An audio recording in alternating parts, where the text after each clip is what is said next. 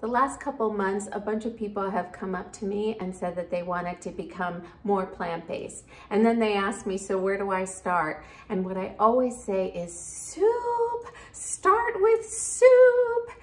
And the reason I tell people to start with soup is that it's a great, easy way to transition into eating more plant-based. You can make some really yummy, thick and amazing, satisfying soups. And also they're really great at saving time. And I'm going to tell you some tips and tricks on how to make soup and some things to stay away from.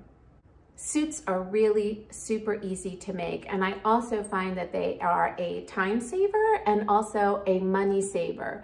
But one way a lot of people waste money on making soups is buying soup stock. I can tell you that in the 30 years that I've been cooking, I've bought soup stock maybe twice. And you know what? It has never made a difference. If you are cooking with vegetables, they will make their own stock.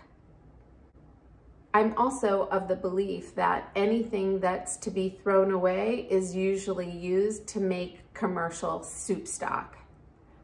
Most of my soups start with a combination of onions, carrots, and celery. That's a basic French recipe.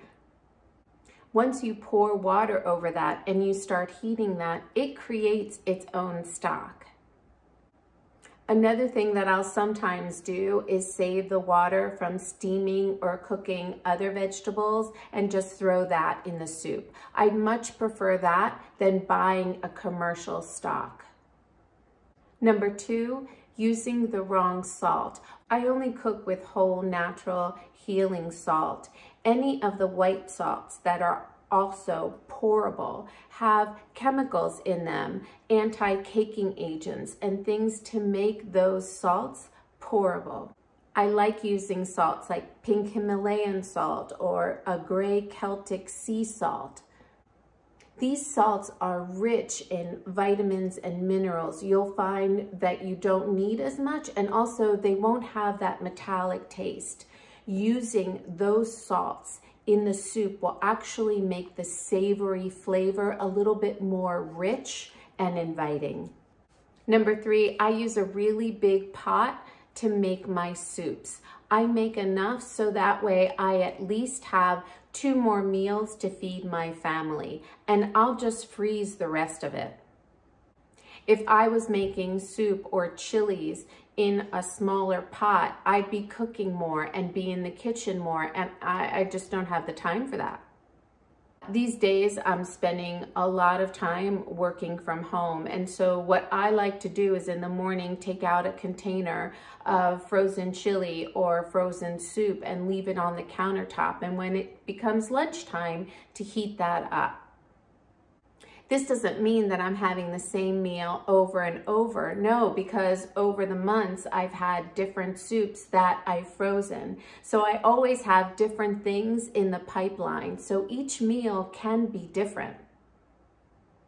And I find that these reheated soups or stews or chili are really great to have midday. And I can also add some rice or potatoes or salad to that. And number 4, consider having soups year-round.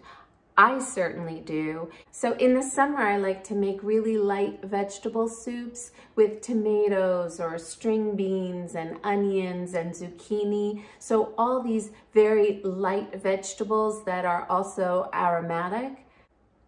I also love cold soups like gazpacho, and those are super easy to make in the blender. So just some tomatoes and cucumbers and celery make a great gazpacho, and if you want to make it chunky, you can cut up some cucumbers or some red pepper in there with some salt and some basil. Oh my goodness, you can make this so delicious. You can make it spicy with some green onions or some garlic and salt in there. But all of these things are really nice, fresh, and alive.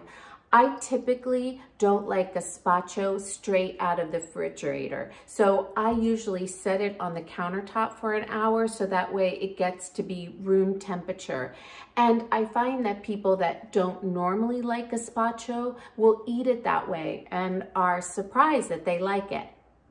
And in the winter, of course, I like things that are a bit heavier. So things like chili, I'll even cut some Beyond Beef sausages and put them in there for some extra spicy, chunky things that make the soup a little bit heavier or the chili a little bit heavier.